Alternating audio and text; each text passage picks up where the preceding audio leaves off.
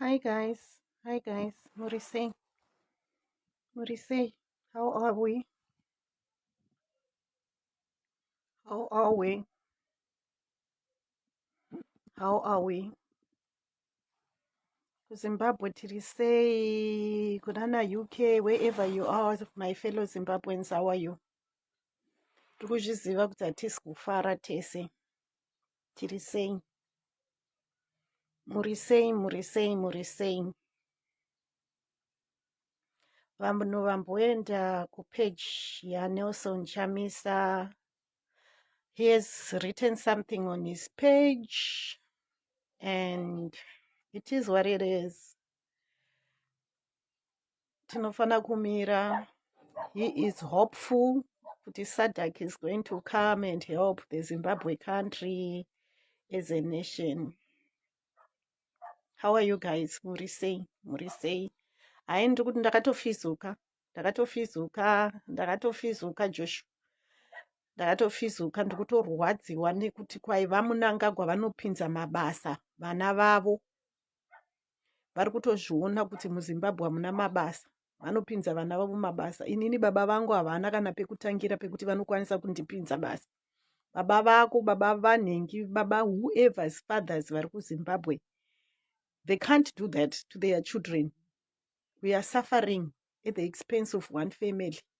And this is not even about ZANU-PF. The situation in Zimbabwe is not about ZANU-PF, guys. Even when we ZANU-PF, they never saw this coming. People in ZANU-PF never saw this coming. Even Chiwengwa was surprised. Even Vice President Chiwengwa vakabetsera Munangagwa kuti dzoka iwewe tite kupu.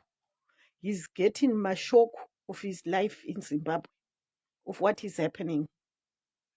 Simply, the situation we have in Zimbabwe is Munangagwa is coming to power. Auya in power. He's got so many children. Rumor has it that he's got more than 102 children. Vane vana 100 and something baba vaya. So what it means ndezvekuti akatanga iko zvino achiri kutonga, akatanga izvezvi Munangagwa kuisa vana vake panhengerikini, ari kuvaisa kakuti vana vake vatange kupinda mupolitics. He is grooming them. We will find a situation yekuti 10 years, 20 years from now, Zimbabwe inenge ichingotongwa nevana vekwaMunangagwa. He will leave the bloodstream. We don't know how cruel his children are. We don't know kuti vakatora DNA yamai nababa yabva yamixiwa vobva vacreata mamonsters kana kuti vakacreata vana vanofila vari remorseful, vane love for the people of Zimbabwe. We don't know.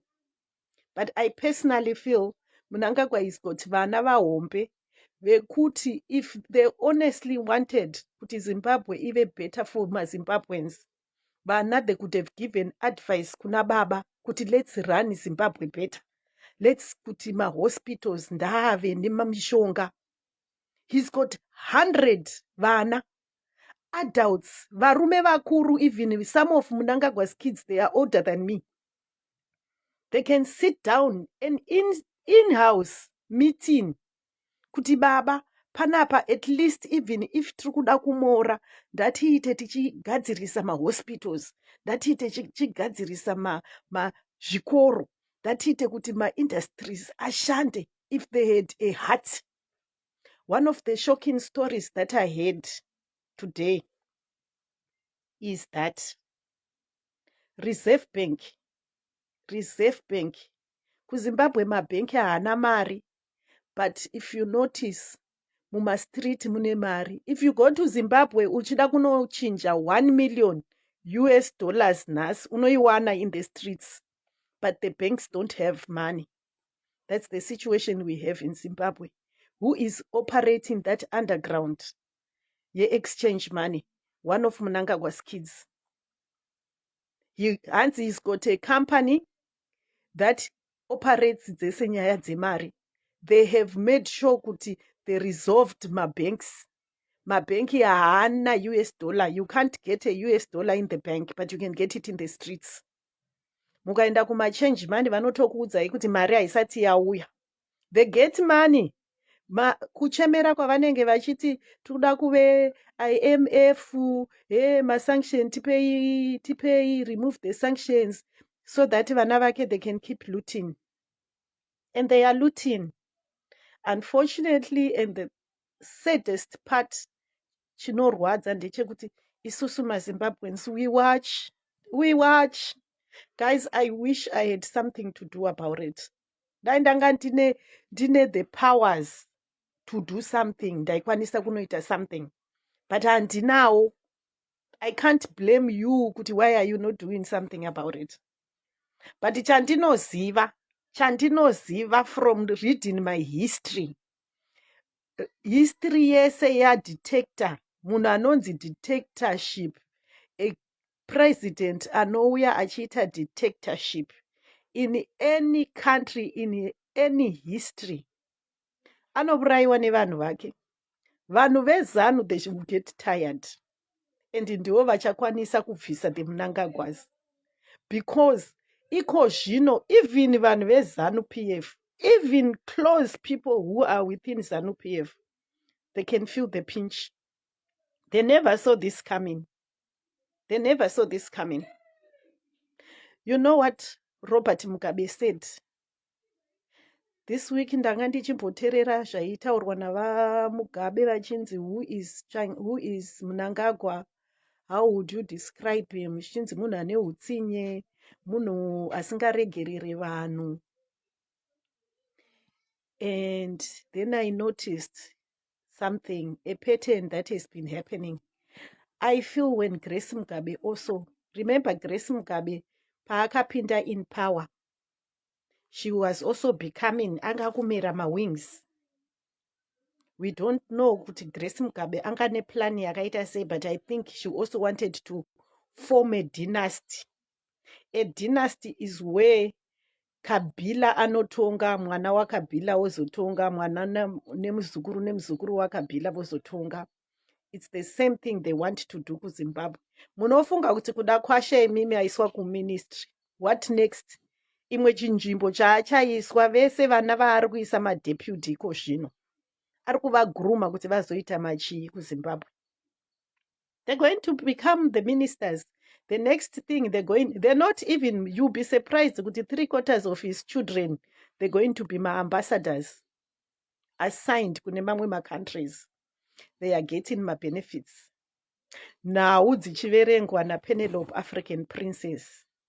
VaMunangagwa nhasi vari kubika mabiko kumba kwavo vachicelebrata mabiko emaministers avakasarudza vachatungamira Zimbabwe in the next 5 years. Ari kuronga event yacho ndimai Auxilia Munangagwa. Ndo vanenge vachibika machikichori yese anonakidza. Paevent ipapo maguest of honor avakakoka vachagresa event yarongwa naDr. Auxilia Munangagwa. Panenge pane mutungamiri, deputy minister of finance vakuda kwashe Munangagwa. Pachazonakidza futi nokuti deputy minister of tourism vanenge vachitaura kuti vanhu vanenge vachizofamba sei in the next 5 years kana vakuenda kunodla mari dzavo. Deputy minister of tourism vatongai Munangagwa. Event iyi inenge yakagreswa nana Munangagwa. That is how Zimbabwe is being run, by the Munangagwas.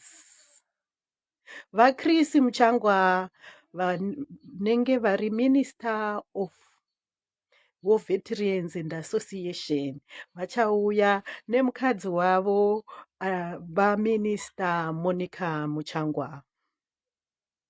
Vafamilies atiri kutaura. Vafamilies atiri kutaura.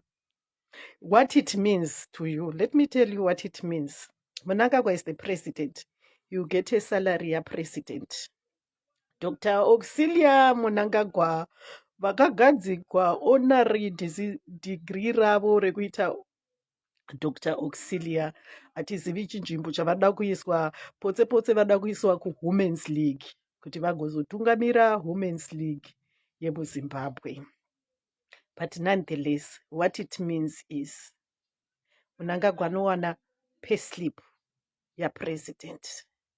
In the same family, Tongai Munangagwa anowanawo mari, taxpayers money, achatengerwa motikari netaxpayers money, achapiwa housing allowance, traveling allowance from the taxpayers money. Ndidzo nhau dzatiri kukuudzai. Izvi hazvisi zvekunyepa, zviri muconstitution yeZimbabwe kuti ikodzero yemaminista kupiwa mabenefits kuti vagokwanisa kumhanyisa maministry avo zvakanakisa. Guys, toenda kufinance minister Vatuli Ncube. He's a failed finance minister. He has done nothing but ari kungoiswa zvake because anorana mabusinesses nevana vaMunangagwa for a long time. This is why we are seeing Tuli Ncube achidzoswa kuita ministry. Ndobva vatora mwana wavo kuda kwashe David Munangagwa, ndobva vamugadza kuti iwewe chiita vice weministry. Mari dzese dzinopinda muZimbabwe hameno kuti dzichaodhitwa nani. Toda kuzonzwa kuti auditor achaodhita mari dzemuZimbabwe ndiani. Guys, we don't know, but we know what is happening. Kuda kwashe saminister achawana mabenefit, deputy minister achawana mabenefit. Saka we have kwaMunangagwa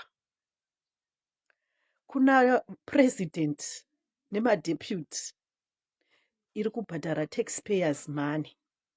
Mari dzemukuru dzamunotumira, mari dzeworld remit dzamuri kutumira kuZimbabwe, ndivo vari ese mapercentage 10%, 15%, ivo vari kutowanawo ka 2% kana ka 5%.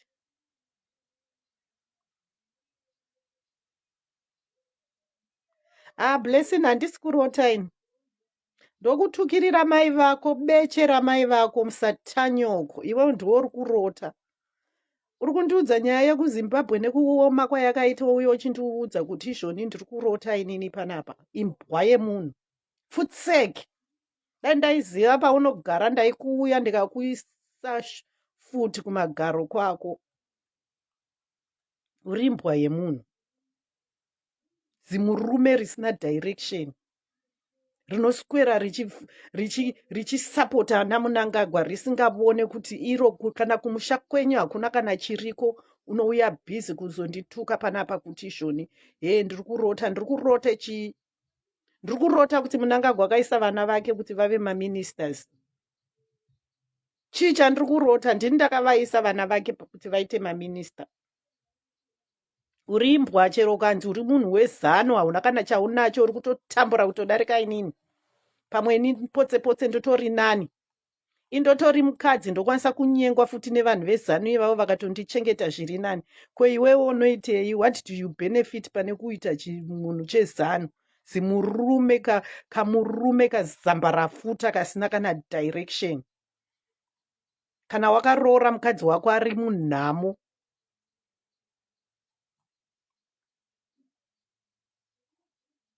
imbwa yemunhu. Unoona mazirume anenge achisapota ZANU PF, iwe hauna kana tsuro kumba kwako. Uri kusapotei? Chii chauri kuita ipapo? Unenge uri nomo? Hausi kuona kuti kuZimbabwe zvinhu zvaoma here? Chero vanhu veZANU PF mukati Munangagwa muri kumama nenzara sesu. Muri kumama musina majobs, futi vanhu vanosapota ZANU hamuna kana chikoro. Chero mukabuda muZimbabwe hakuna kwamunoenda. Saka chauri kusapotera, dai uchiti izvoni uri kusapota ZANU iri kuita ma-youth development programs zviri nani. Chii chaitwa naMunangagwa 5 years Munangagwa achitonga? Chii chaaita Munangagwa? Bite Bridge maprojects akatangwa navamugabe. Anasevhi akasi kuvere pavanga variko ndo vakatanga maprojects eroad. Road yakatanga more than 15 years ago. Marodhi ekuZimbabwe. Saka iwe chicha waita iwewe. What is happening with the camera? Chicha waita iwewe. Chicha itwa naMunangagwa chekuti tingatoswerera tichitoti kwai Munangagwa pane zvaatiitira.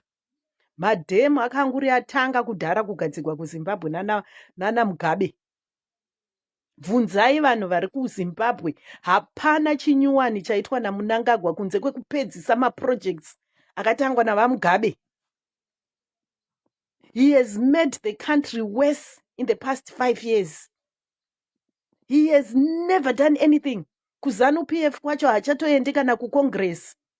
He is scared kuti tiite Congress because ZANU-PF yacho iyoyo cannot even vote for him.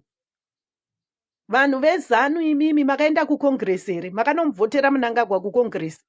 Kana kuti ari kungobypassa zveCongress. He's breaking every law at every single point. The only thing yamunenge muchitya kuti tichafa kusiri kufa ndekupi usina kana chinhu. He must go. He must go.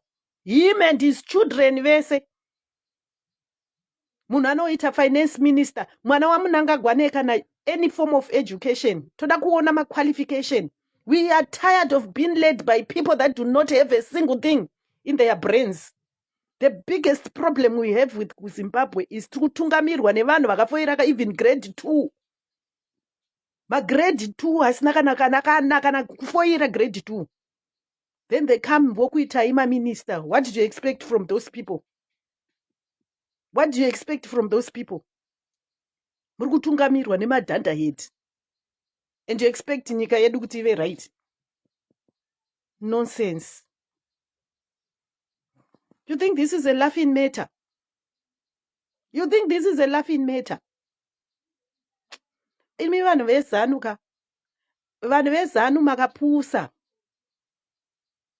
He must just go. Guys, let me tell you something. Mwana waMunangagwa iye yaiswa finance minister. Ane ma-qualification api.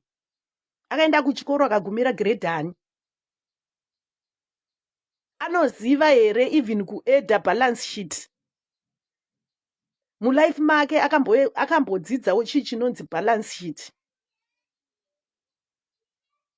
Kana kuenda kunoita ma-exchange program with other ma-ministers because deputy minister ndiyanenge achifamba achienda kunze kwenyika uko. Ari kunosvika chinoitei? Achanotaura nyaya dzei? Pane vamwe sisi vaiswawo hanzi vanga vaita studio 263. Vari kuita ICT, ndiyo inonzi technology and what. Vachanokwanisa, ndaiona nyaya yacho ichinzi naDaddy Hope. How can you get someone from studio 263? Mova manomuisa kuti aite minister. Ndiye ari kufana kunonegotiata nana Bill Gates. Ndiye ari kufana kunonegotiata nana Zuckerberg. Zve-internet, kuti internet iite kuZimbabwe. Chavanongosvika vobva voita ndezvekuti block the internet. Block the internet. Ndicho chavanogona. The best thing that has ever happened kuZimbabwe is blocking the internet for people.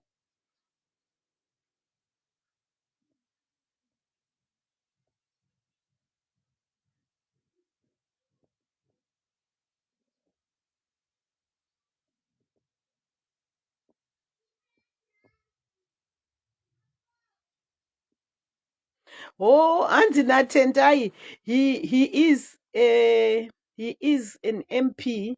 That's the first qualification kuti munhu aitwe minister. You don't actually need a PhD to be one.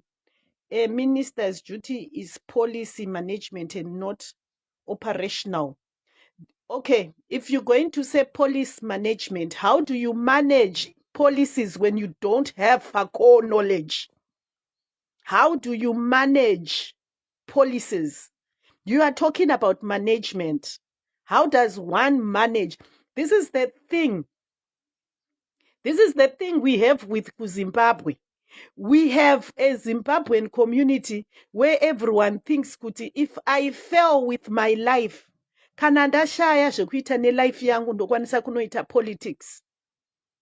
This is the biggest problem. Tinotora madofo chancers. People that are chancers, and we want them kuno leader Zimbabwe. For you to run a business, a successful business, you need your degree, you need your PhDs. But even run your country, munoti, you don't need any qualification, you just need to be an MP. And you let those people run your country. Who are we to blame? Who are we to blame? And then you say, my sanctions happened to Zimbabwe. This is why. When you are selecting failed people, makamboona how boring. Ladies varipanapa, let me tell you, wakambosangana unoona murume anenge akanaka kudaiso wakamutarisa, wait until they open their mouth, unoita sochatiza, anenge asina kana nyaya, nothing reasonable zvinobuda mumusoro, asi vanenge vakapfeka masutu, and you expect them to run the country for you. That's how pathetic we are as Zimbabweans. We have to change that structure. Yekuti, a country needs responsible people that have earned to be in that position to run that country. Hamukatore madanda head and just say, come and run the country. Munofunga chanobudisa chi?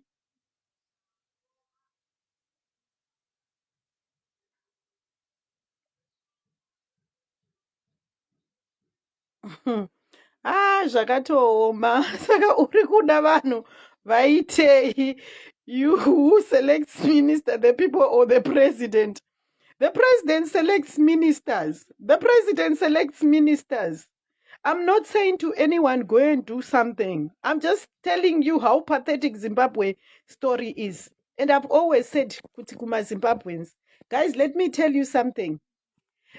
Pachashika, a time and place, a time in the history of the world where Zimbabwe ichaita sezvakaita kuEgypt, kuZimbabwe ichaita sezvakaita kuIraq. Vana ivavo vaidhi vamuri kuparidzira kuti hey, nice vachatiza vagogara in exile, zvekuti vanenge vachitoti hatifane kutombozivikamwa kuti tiri papi kana vanhu veZimbabwe vatsamwa. Aitomboziva kuti Gaddafi achafira muchibridge ndiani?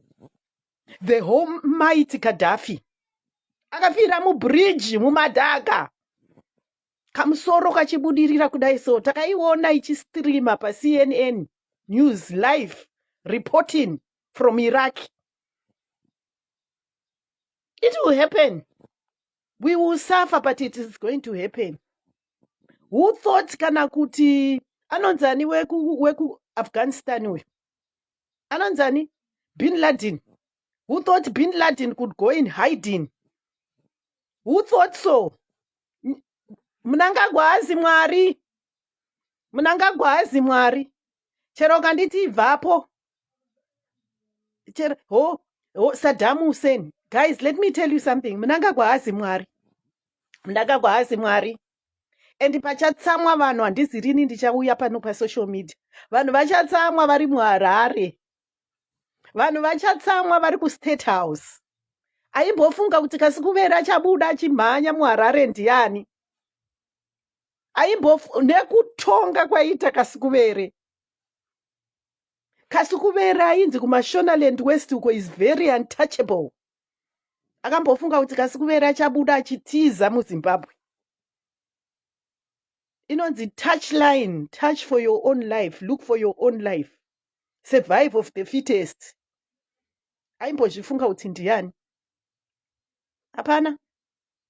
They might play with us, but their day is coming. Havazana Mwari.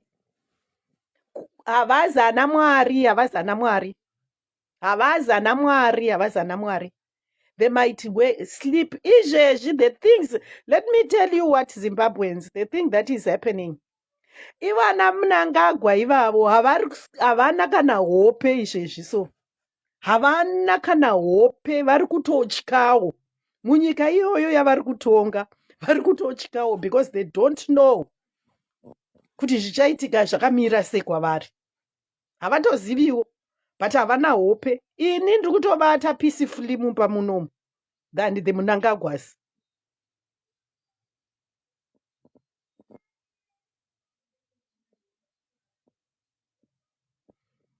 kuzimbabwe hakuna president right now. They know.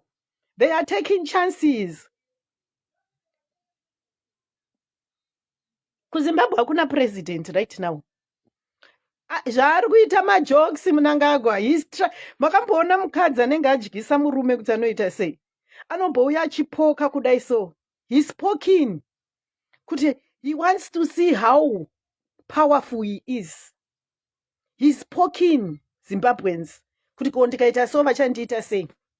Ko ndikaita so vachaita sei?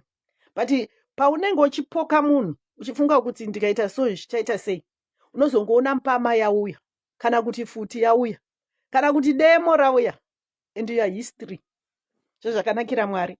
Let me tell you guys, mamovies ese atinoona evatungamiri vanodzvanyirira vanopedzisira vavurayiwa even nemwana wake, kana kuti nabhudhi vavo, kana kuti nevamwe vari muzanu imomo ndo vachazviita. Mazanu PF imimi muri kutonyora ipapa, muri kutoziva kuti amongst yourselves you are already fighting. You are already fighting. You Zanu PF people, as dumb as you are now realizing kuti we are the dumbest people in the world. And you are seeing kuti zvamaifungidzira kuti Munangagwa chakuitirai hazvisirizvo. You are realizing kuti Munangagwa doesn't care about anybody else except his 100 children. That's what he does.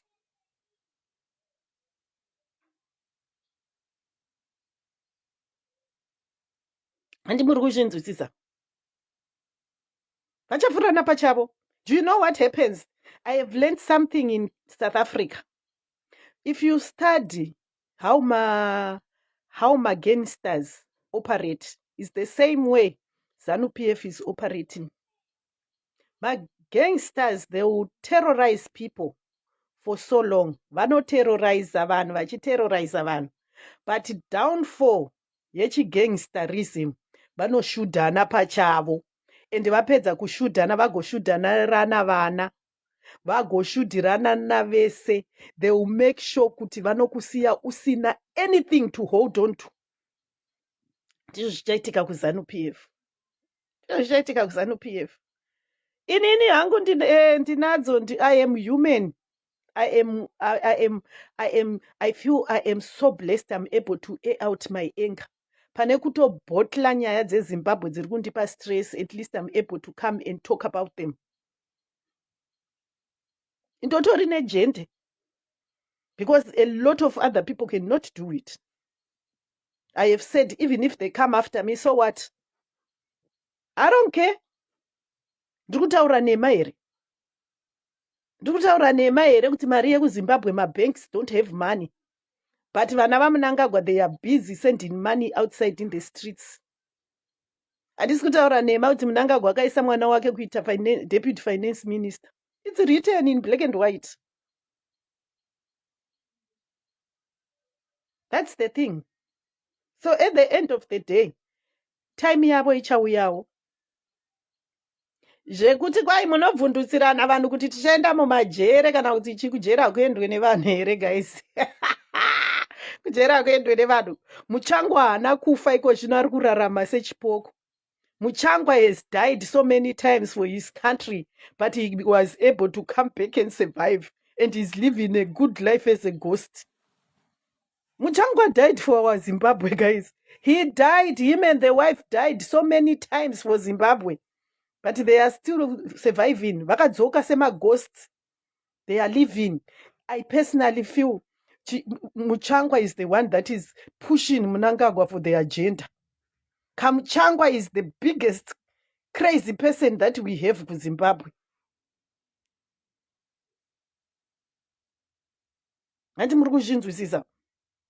is the thing that we have. And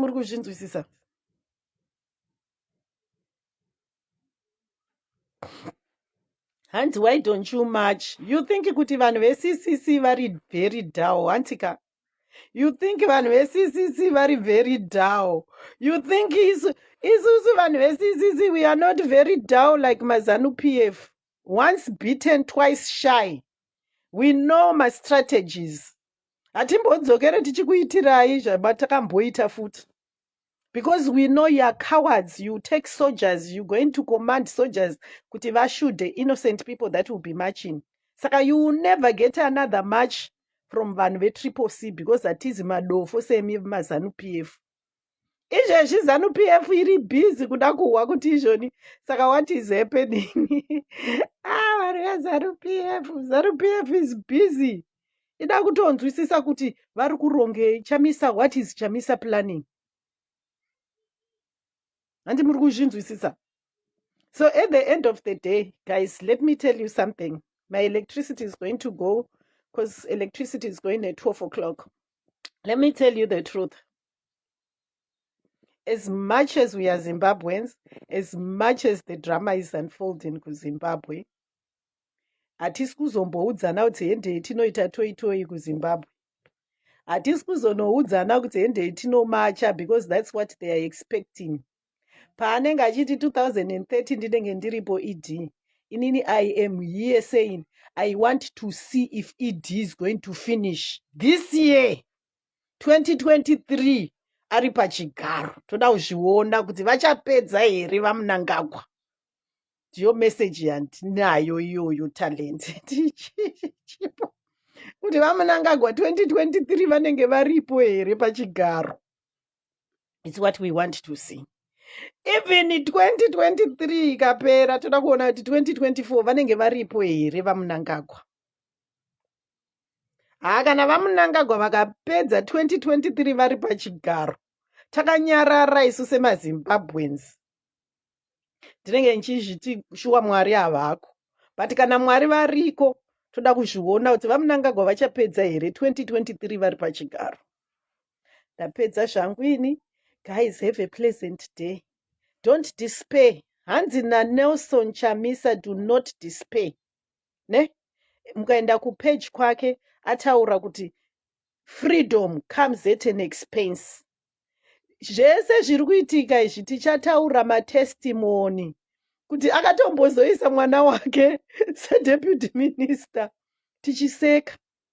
Tichatoshamisika kuti but vanhu vekuZimbabwe takatozvitendera nai. And then what happened? Then what happened is what we are going to see. But then what happened? So don't despair. Freedom doesn't come overnight. Chero success. Vanhu vese, those that have a successful story. Haunyori successful story ne one day ongomukoti inini I've got a successful story. It's a journey. So our freedom as Zimbabwean people, it's a journey. And the journey takatotanga kudhara. Takutongosara kumapena. Anti muri kuzvinzwisisa. That is the thing. I love you guys. Stay blessed. Let's continue praying for our country. Let's pray kuti Mwari God, wherever you are. Look what is happening. Hitler, guys, vakaita history. Hitler. Indakatoita case study yeGermany. I remember ndichita A-level, ndichita history yangu. Ndakatoita case study yeGermany. Hitler itori ruthless.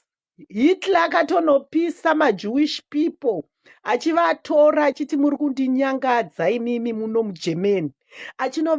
Achinovapisa kuma concentration tanks centers. Achivadira acid. Ko Munangagwa ada kutotiisa mujeri. Jere it's a good place vaMunangagwa. Kwa Hitler kwaitotyisa wesi mufunge. Vaudzei kuti Hitler akatoita zvinoshamisa kudarika zvavari kutiplanira. Hitler kana makanzwa kuti nyaya dzemaJuu hadzidi kana kumbotaurwa kuJerimani uko. Hitler naMussolini, Italy yakanga ina Mussolini, vakatoita zvaishamisa vaMunangagwa. Zvenyu zvamuri kuita vaMunangagwa zvishoma izvi. But Hitler aripi Hitler iko zvino. Vana vaHitler varipi? Makambovaona kana vari kuda kushandisa maseneme ekanzi Hitler? Havako. Kana Mussolini mukaenda kuItaly hakuna kana munhu anotomboda kushandisa seneme yekuti Mussolini. Vakapera vese. Vakapera. VaMussolini vakatohengiwa kudai so. kufa kwavo. Takazongosara kungoverenga but vakafa setsvina. The great Hitler wamunoona akauraya thousands and thousands of people. Akaodi.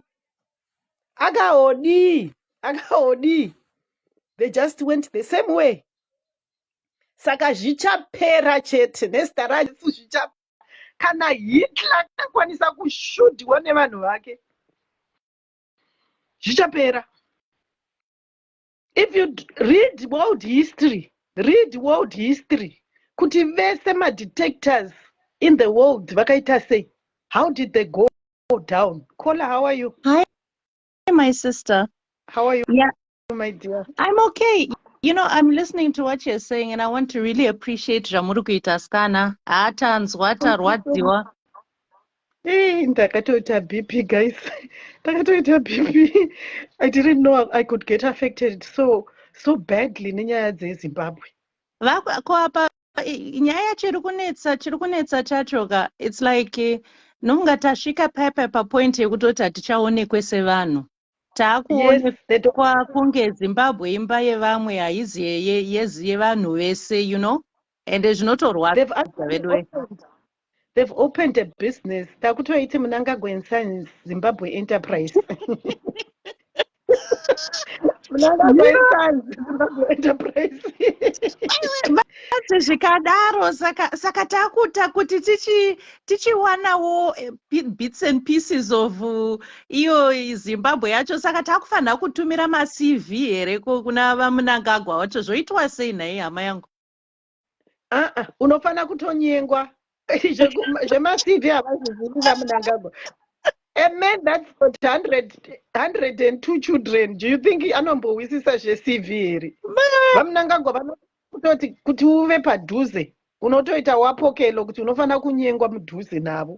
That's the only way you can survive kuZimbabwe. Because chero mukatarisa ne, I don't mind kuti pavana vake pane vakaendawo kuzvikoro. We know kuti it's a generation iri kukurawo iko zvino, they can give their fathers advice kuti zvamuri kuita zviri wrong izvi. But we have seen kuti the children havana chavanogona kuita kunze magold partners nema-change money. And these are the people vari kuisa kuleadership kuti go and lead Department of Finance and ono leader tourism. But unoziva zvakatanga mazuva ataiona mwana wacho achienda kuna Belarus uko, handiti mapicture akabuda pasocial media tichiona first family iriko nematwins boys variko, you know, zvanga zvagara zviri muplan. Apawo haiziyo reason yakabviswa Gucci Grace Mugabe akabvisirwa nyaya iyoyi yekuda kuita monarchy family, handizvo here zvichinzi pane macriminals. Saka zvino zvava kucreata skanaka. You know, they said part with African leaders. Yeah. Every African leader that has gone to war, they have this idea yavanoita kuti dofana build a monarch. They stay in power. If it's the father, Kabila did it. Kuti kana akava vana vangu ndavauye. Simply Munangagwa zvaari kuita, he's training his kids kuti next vakapinda in politics, the next ndo vanenge vakuselectwa, he's going to appoint kuti this is the next person, because after 5 years Munangagwa ane right yekuappointa kuti this can be my next successor. Ichokwadi handiti kana Mutuli ipapo, saka since Mutuli ane deputy wake mwana waMunangagwa, zvinoreva kuti Munangagwa anokwanisa kudzinga kaMutuli obva watoisa mwana wake, handizve? Yes. Besides izvozvo, Mutuli is just a name yaiswa. Mutuli is just a name yanzi ndiye deputy minister. But munhu ari kutorana pachokwadi mwana waMunangagwa. Officially, mwana waMunangagwa ndiye anenge achimeka ma-decisions. Nai Mwari. Hey. That's how it is. That's how sad it is. That's how sad it is. Honestly, my sister, nyaya iyi unoziva tikanatsa kuitarisa kuti tizosvika ipapo patasvika ka zviri kuti we have to go back futi tonotarisa kuti maelections aya takabirwa maelection aya tabirwa daro not enough was done neopposition amana havana kuenda even kumakoti nyange ari captured naimwari kokungoenda through maprocess acho kuti zvionekwe nenyika yese the whole world kuti zveshuwa mafambiro akaita maelection haazi correct vakabva vasiyewo pakati saka zvinotoita sei nhai veduwe on that one nyaya yekuti Chamisa ende kumakoti there was no Chamisa would go kumakoti because right now nyaya yeZimbabwe haisi kutongwa neZimbabwe chete. Right now nyaya yeZimbabwe yakutongwa with the international parties anenge ana SADC, EU, AU, UN, even Commonwealth. Saka chero dai Chamisa akaita stubborn because my international ari kuti my elections akaitwa kuZimbabwe haana kuitika. They were not suitable, they were not okay, everything about my election was wrong. Saka ivo vakondema hapana paungazoenda uchinoti zvoni inini ndine mavhi 11 because ivo vari kutoti either vakahwina chero vasina kuhwina but my elections anga ari wrong. So everything that happened about my elections was wrong. Tatakumirira SADC to come up. From what I hear is SADC can make a decision. In the next 3 months, vanonzi zvoni endai muno register. Kweitwa preparation kuti everything zviri in order in the last preparation. People should register and then my candidates should campaign in the next month.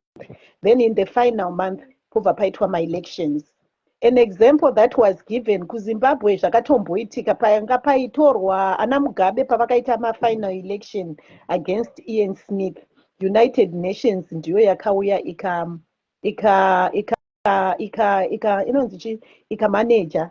monitor my elections. So we are hoping, this is why Chamisa ari kuti don't lose hope. We are hoping kuti the same thing chakaitika muna 1980 is what is going to happen to Zimbabwe. Kuti my international world is the one that is going to come and monitor my elections are free and fair.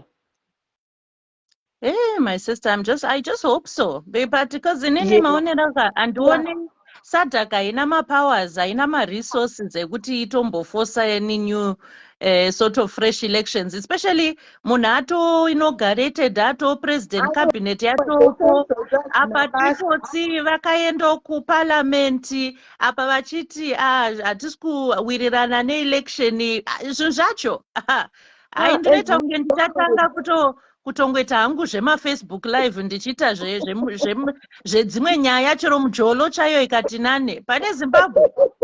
Zimbabwe as long as SADC Commonwealth yakatokondemawo Zimbabwe. Remember Munangagwa anga achitochemerawo kuti dai mandiisa muCommonwealth akatorambigwa. Commonwealth yakati they are working neSADC. Zimbabwe haikwanise kuramba kuteerera SADC because once Zimbabwe yaramba kudhila neSADC, it will mean kuti our economy yeZimbabwe will become, it will get to a standstill because Zimbabwe iri landlocked. Kana ichida petrol chayo tinoiona kuMozambique, so they will have to go through kuMozambique. Kana tichida export or import anything, we need borders akaita harbors. Could be Mozambique, it could be Tanzania, it could be Durban, it could be Cape Town. Saka all those countries SADC members. Chero Ramaphosa akauya kuzoti muhoro kuna Munangagwa, but kana SADC yazotonga mutongo kuti Zimbabwe haisi kuda, chero ikati ndoda kubuda muSADC, Zimbabwe is the one that's going to suffer more. Saka they know what is at stake. Vanoterera, and they'll be forced in the United Nations as well kuti itai my elections are free and fair because United Nations yave involved. So this is not about Chamisa, this is about the world saying kuti Munangagwa, whatever you are doing zviri wrong. For your own information, even the Chinese people are not supporting Munangagwa. because business chaiyo chaiyo machinese anototya kuti tikanoinvesta kuzimbabwe mangwana zvinomuka zvakavharwa. People want to do my businesses 10 years 20 years contracts are really legit, and kuzimbabwe we don't have a setup like that. Pane nyaya. But ndafara. Thank you for adding me, chokwadi. Okay, murambe muchidiscuss nyaya dzezimbabwe once in a while. Tinofara kana chikwanisa kuuya kuzotaura. All right. Yeah, thanks so much. And I have to go also because at 12 o'clock my electricity is going off. Oh, bless you, I my love you dear. guys. Take care. Okay, dear. Okay, bye-bye. Have a blessed day. You Thank too. you, guys. Munokwanisa undibvisa upa uyu palive. Thank you. Okay, dear. Thanks, guys. And let's keep talking about Zimbabwe. Let's keep educating ourselves about Zimbabwe. Let's not lose hope. The international world is watching. My elections are kuuya kuZimbabwe. Arikuya, don't lose hope. Ana Munangagwa, they're going to become the laughing stock of the century. We will look at them and we will laugh at them. Kuti imimi sevana, what did you do? And zvavari kuita zvinotokonzera kuti after vabuda maaccounts avo achanzi ndatimboona, where did you get all these finances? I love you guys, and I have to go because my electricity is going at 12 o'clock and it's only coming back at 2 o'clock. I'll try later in the afternoon with a live name as well. Stay blessed, Zimbabweans. Let's be hopeful kuti zvichafamba mushe for everyone in the world. Bye-bye.